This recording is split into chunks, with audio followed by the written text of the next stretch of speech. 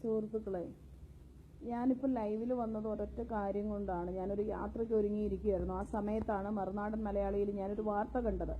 പാലക്കാട് വാളയാറിൽ 2 കുട്ടികൾ, ആദ്യത്തെ കുട്ടിക്ക് 14 വയസ്സ്, അത് 2 ആഴ്ച മുമ്പ് തൂങ്ങി മരിച്ചതായിട്ട് കാണപ്പെട്ടു. ഇപ്പോഴത്തെ കുട്ടിക്ക് 9 വയസ്സ്, ആ കുട്ടി മരിച്ചതായിട്ട് കാണപ്പെട്ടു. ആദ്യത്തെ കുട്ടി മരിച്ചപ്പോൾ സ്വാഭാവിക മരണമായിട്ടും സാധാരണഗതിയിൽ സംഭവിക്കുന്ന ഒരു ആത്മഹത്യയുമായിട്ട് തള്ളിക്കളഞ്ഞു. ഈ രണ്ടാമത്തെ കുട്ടി തൂങ്ങി നിൽക്കുന്നത് കണ്ടു. അപ്പോൾ അതിനെ തുടർന്നുള്ള പരിശോധനയിൽ ആദ്യത്തെ കുട്ടി ലൈംഗികമായിട്ട് പീഡിപ്പിക്കപ്പെട്ടു എന്ന് കണ്ടു. ഈ കുഞ്ഞുങ്ങളെ ഇങ്ങനെ പീഡിപ്പിച്ച് കൊല്ലുന്ന നായിന്റെ മക്കളെ ഒന്ന് കണ്ടുപിടിക്കാനായിട്ട് കഴിവില്ലാത്ത കുറെ എന്ത് ജന്തുക്കളാണ് ഇതിനകത്തിരിക്കുന്നത്, എന്ത് ജീവികളായിരിക്കുന്നത്. ഭരണഘടനയായാലും ഭരണതലപ്പമായാലും കോടതിയായാലും പോലീസ് ഒരു പട്ടിക്കും ഇവിടെ മനുഷ്യനെ, കുഞ്ഞുങ്ങളെ പട്ടികളെ ഒന്ന് തള്ളുന്നത് നിങ്ങൾ എന്നാ കാണാനിരിക്കുക? കുഞ്ഞുങ്ങളെ പുറത്തു വിടാൻ പേടിയാണ്. എങ്ങനെ പുറത്തു വിടും? വീടിന്റെ ഉള്ളിലിരുന്ന കുഞ്ഞിനെ ലൈംഗികമായിട്ട് പീഡിപ്പിച്ചു, അതിനെത്തിപ്പെടാൻ പറ്റാത്ത വീടിന്റെ ഉത്തരത്തിൽ അത് തൂങ്ങി മരിച്ചു. ഇതൊന്നിട്ട് നിങ്ങൾക്കൊന്നും മനസ്സിലാകുന്നില്ലേ? ഈ ചാനൽ ചർച്ചയിൽ ഇരിക്കുന്ന ഞെളിഞ്ഞിരിക്കുന്ന കുറെ തള്ളമാരുണ്ട്, 10 പൈസക്ക് പ്രയോജനമില്ലാത്ത ശവങ്ങള്. ഒന്ന് ഇറങ്ങാമോ? നിങ്ങൾക്കൊന്ന് ഇറങ്ങാമോ? ഞാൻ ഇറങ്ങാം, ഞാൻ തയ്യാറാ. ഈ കേരളത്തിന്റെ തെരുവീതികളിൽ നമ്മുടെ മക്കളെ സംരക്ഷിക്കാനായിട്ട് ഇറങ്ങേണ്ടത് ഒരു രാഷ്ട്രീയ സംഘടനകളുമല്ല, സ്ത്രീ സ്വാതന്ത്ര്യം പ്രസംഗിച്ചുകൊണ്ട് ശീതീകരണ മുറികളിലും ചാനൽ ചർച്ചയിലും മേൽപ്പെട്ടിരിക്കുന്ന അമ്മച്ചിമാരുമല്ല, അമ്മമാരാണ് ഇറങ്ങേണ്ടത്, അമ്മമാര്. അല്ലാതെ ഇങ്ങനെ ഈ കുഞ്ഞുങ്ങളെ ഇങ്ങനെ കൊന്നു കെട്ടിത്തൂക്കുന്ന, എന്റെ ദൈവമേ, 7 വയസ്സുകാരിയുടെ ബലാത്സംഗം ചെയ്തിട്ട് രക്തഒഴുക്ക് തടയാനായിട്ട് പഞ്ഞി തിരികെ വെച്ചു. 16കാരി വയനാട്ടില് പ്രസവിക്കുന്നു. 2 കുഞ്ഞുങ്ങളെ കൊന്നു കെട്ടിത്തൂക്കുന്നു. ഇത് എന്താ ഇത്? ഇതെന്ത് നാടാ ഇത്? ആർക്കെങ്കിലും ഒരു മനുഷ്യന് ഇതിനകത്ത് പ്രതിഷേധിക്കാൻ തോന്നുന്നില്ല. ഘോരഘോരം പ്രസംഗിക്കുന്നവരുടെ ഫേസ്ബുക്ക് പോസ്റ്റുകളില്ല, ഒന്നുമില്ല. ഈ സദാചാരം എന്നും പറഞ്ഞ് കുറ്റിക്കാട്ടിലെ 2 കൗമാരക്കാരെ കണ്ടപ്പോഴത്തേക്കും പീഡിപ്പിച്ചു കൊന്ന നാറികളെവിടെ? കൊന്നു കെട്ടിത്തൂക്കിയിട്ടുണ്ട് വാളയാറ് കുഞ്ഞുങ്ങളെ പീഡിപ്പിച്ചു കൊല്ലുന്നു. എന്ത് ജന്മമായത്? പ്രതിഷേധിക്കാനും ആരുമില്ല, ഒരു വാക്ക് പറയാനും ആരുമില്ല, ഒന്നുമില്ല. മാർച്ച് 8 വനിതാ ദിനമാ. എന്തിനാ സ്റ്റേജ് കെട്ടി പ്രസംഗിക്കുന്ന? ഈ വനിതാ നേരം ഈ മരിച്ച, കൊല്ലപ്പെട്ട, ലൈംഗികമായിട്ട് പീഡിപ്പിക്കപ്പെട്ട ഈ മരണപ്പെടുന്ന കുഞ്ഞുങ്ങൾക്ക് വേണ്ടിയിട്ട് ഒരു ദിവസത്തെ ഉപവാസം എടുത്തിട്ടൊന്ന് പ്രാർത്ഥിക്ക്. അതുങ്ങളുടെ ആത്മാക്കൾക്കെങ്കിലും ശാന്തി കിട്ടട്ടെ. ഈ നാട് ഇതിയോ കിട്ടില്ല. ആ മക്കളുടെ ആത്മാക്കൾക്ക് ശാന്തിയെങ്കിലും കിട്ടട്ടെ. ഇറങ്ങുന്നുണ്ട് കുറെ എണ്ണം മാർച്ച് 8-ാം തീയതി മീറ്റിംഗും മാങ്ങാത്ത ലീവായിട്ട്. എന്തിനാണിത്?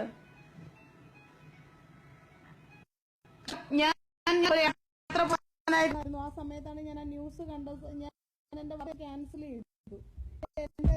എന്റെ കാര്യം ഇന്ന് ചെയ്യാനുണ്ടായിരുന്ന ഒരു വാർത്തയുടെ ആവശ്യത്തിന് പോകുന്നു. ഇതെല്ലാം ഞാൻ ഇന്ന് ക്യാൻസൽ ചെയ്തു. ഇത് കണ്ടിട്ട് എനിക്ക് സഹിക്കുന്നില്ല. ഈ കൊച്ചു മരിച്ചു, അവരപ്പന്റെ അമ്മയുടെ മക്കള്, 2 മക്കള് 2 ആഴ്ച കാലയളവിനുള്ളില് മരിക്കുക. അത് പീഡിപ്പിക്കപ്പെട്ട് മരിക്കുക. എന്റെ പിള്ളേരെ കാണുമ്പോഴത്തേക്ക് നിനക്കൊക്കെ എന്ത് തോന്നുന്നുണ്ടോ? പോടാ ഇറങ്ങി.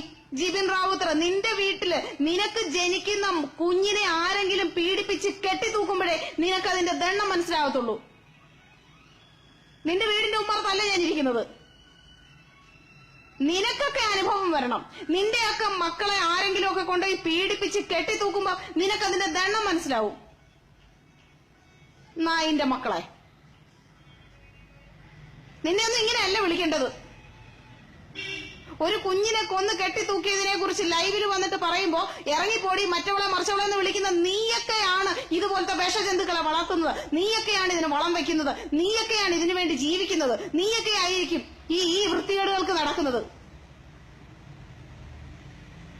നാസർ കാലിക്കട്ടെ, അറിയാൻ മേലാരും ചോദിക്കോ നീ ആരാണെന്ന്. നാസറെ, പ്രതികരണശേഷി നീയൊക്കെ ഇവിടെ ഇരുന്നുകൊണ്ട് ഈ കീബോർഡിനകത്ത് എന്നോട് നീ ആരാന്ന് ചോദിക്കുന്നത് പോലത്തെ പ്രതികരണശേഷി അല്ല എനിക്കുള്ളത്. മനസ്സിലായില്ലേ? ഇറങ്ങി ചെയ്യേണ്ടി വന്ന് ചെയ്യും, പ്രവർത്തിക്കേണ്ടി വന്നാൽ പ്രവർത്തിക്കും. ഈ മക്കളെ പീഡിപ്പിച്ച് കൊല്ലുന്നവനെ കുറിച്ച് ഒരു വാക്ക് പറഞ്ഞപ്പോ നിനക്കെന്താ രക്തം തിളയ്ക്കുന്നത്?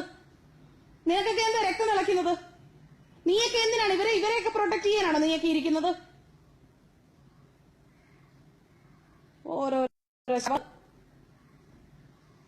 ഈ മക്കൾ കാലയളവിൽ ഓരോ കാലിൽ കുഞ്ഞുങ്ങളെ കൊന്നു കെട്ടി തൂക്കുക, പീഡിപ്പിക്കുക, അതുങ്ങളെ പീഡിപ്പിച്ചിട്ട് രക്തം ഒഴിയുന്നത് തടയാനായിട്ട് പഞ്ഞി വെക്കുക.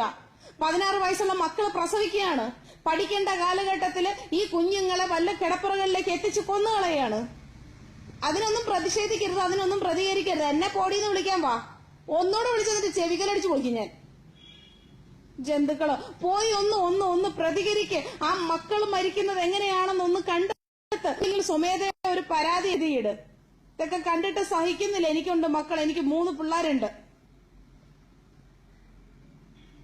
ജീവനെ സംസ്കാരം നിനക്കുണ്ടോടാ? നീ ഇങ്ങോട്ട് എന്ത് തരുന്നോ അത് തിരിച്ച് നീ മേടിക്കും. എന്റെ ടൈം ലൈനിൽ നീ വന്നിട്ട് എന്നെ ഇറങ്ങി പോടി എന്ന് വിളിച്ചാൽ നിന്നെ ഞാൻ അതേ രീതിയിൽ തിരിച്ച് പ്രവർത്തിക്കും. എന്താ നിനക്കൊക്കെ മാത്രമുള്ളൂ പ്രതികരണ ശേഷി? കഷ്ടം. സംസ്കാരം പഠിപ്പിക്കാൻ ഇങ്ങോട്ട് വരുന്നവർ ആദ്യം തന്നെ ഇറങ്ങിപ്പോടിന്ന് പഠിപ്പിച്ചിട്ടാ വരുന്നത്.